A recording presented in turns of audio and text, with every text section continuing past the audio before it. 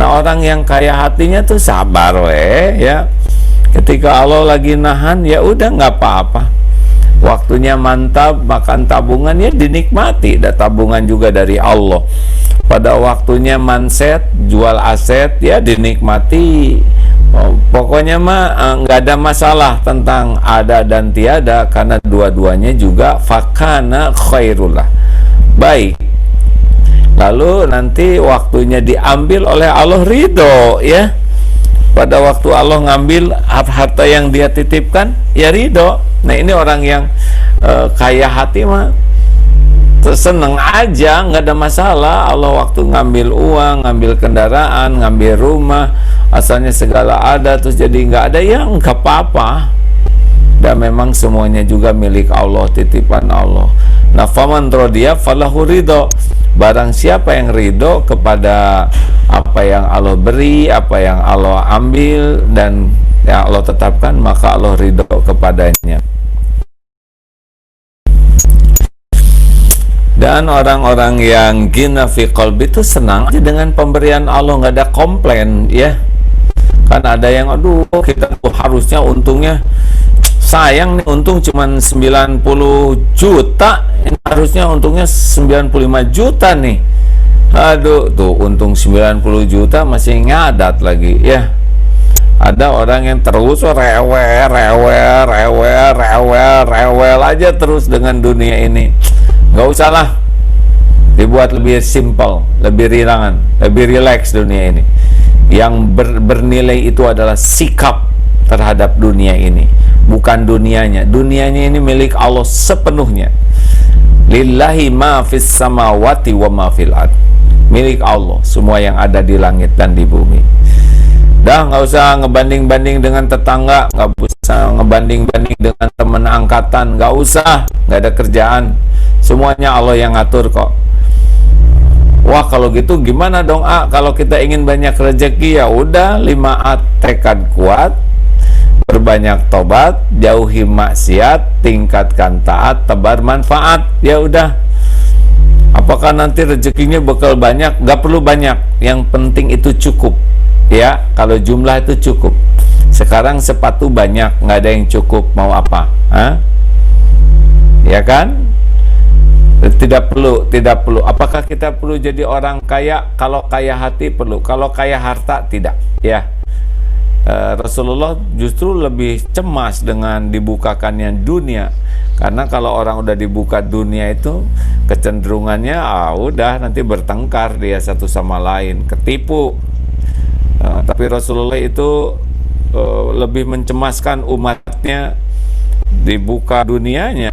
Nah, makanya kalau dunia masih cukupnya saja ya, perlu buat makan cukup, perlu buat ngasih makan orang cukup, perlu buat ngebagikan makanan cukup, perlu buat anak sekolah cukup, perlu buat nyekolahin anak orang cukup, perlu buat bangun sekolah cukup, perlu buat bikin rumah cukup, bikin rumah untuk orang lain cukup. Pokoknya cukup itu yang terpenting ya.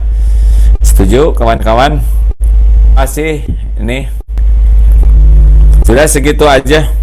Dan kalau diambil oleh Allah udah ya. Jadi kalau orang yang kaya hati itu dia sibuk dengan niat dan cara yang benar dalam menjemput rezekinya. Kemudian kalau sudah diberi dia sangat bersyukur, itu akan kaya hatinya. Kemudian dia akan ridho dengan pemberian Allah apapun juga. Dia sabar ketika ditahan, dia tidak dengki dengan orang yang diberi oleh Allah lebih, dan dia juga tidak meremehkan orang-orang yang oleh Allah dikasihnya tidak banyak.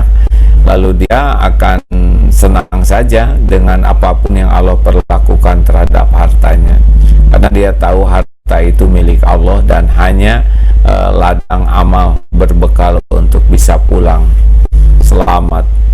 Tidak ada kemuliaan dengan harta kecuali harta yang diperoleh dengan jalan baik dan dinafkahkan dengan jalan baik. Jadi gini ya, ini rezeki kita nih. Kalau menjemputnya benar, maka diri kita lebih berharga dari rezeki yang ada. Karena kita disebut, oh orang itu jujur, oh orang itu si kerjanya profesional, oh orang itu akhlaknya baik dalam berdagang, oh orang itu nepatin janji. Jadi kalau kita ngejemput harta dengan cara yang benar, maka diri kita lebih berharga daripada harta yang dimilikinya. Kan ada pelacur, dia dapat uang tapi dia hina, ya nggak, koruptor, dia dapat uang, dapat mobil, dapat rumah, tapi dia namanya hancur sebagai maling, ya. Nah, tapi kalau orang yang jujur, dia ketemu rezekinya, dia namanya lebih bagus daripada hartanya. Sebanyak apapun hartanya, dia akan jauh. Itu mah kaya tapi rendah hati, itu kaya tapi tidak sombong. Nanti namanya itu lebih hebat dari ke hartanya. Nanti kalau udah dapat, dia sedekahkan. Nah, sedekah ini membuat dia semakin tambah mulia. Alhamdulillah, dia tuh orang kaya yang sangat dermawan. Nah, jadi sebelum mendapatkannya dia mulia, karena akhlaknya. Sesudah mendapatkannya dia tambah mulia karena kemanfaatan dari hartanya. Nah, inilah rezeki yang berkah. Inilah orang yang ghina nafs, ya, orang yang kaya hatinya tadi. Masya Allah, alhamdulillah. Udah segitu rekan-rekan sekalian. Baik, Kak. Yang pahami seperti itu, ya. Dan hadisnya tadi sudah, laisal ghina an kasratil aradi walakinnal ghina ghinan nafs.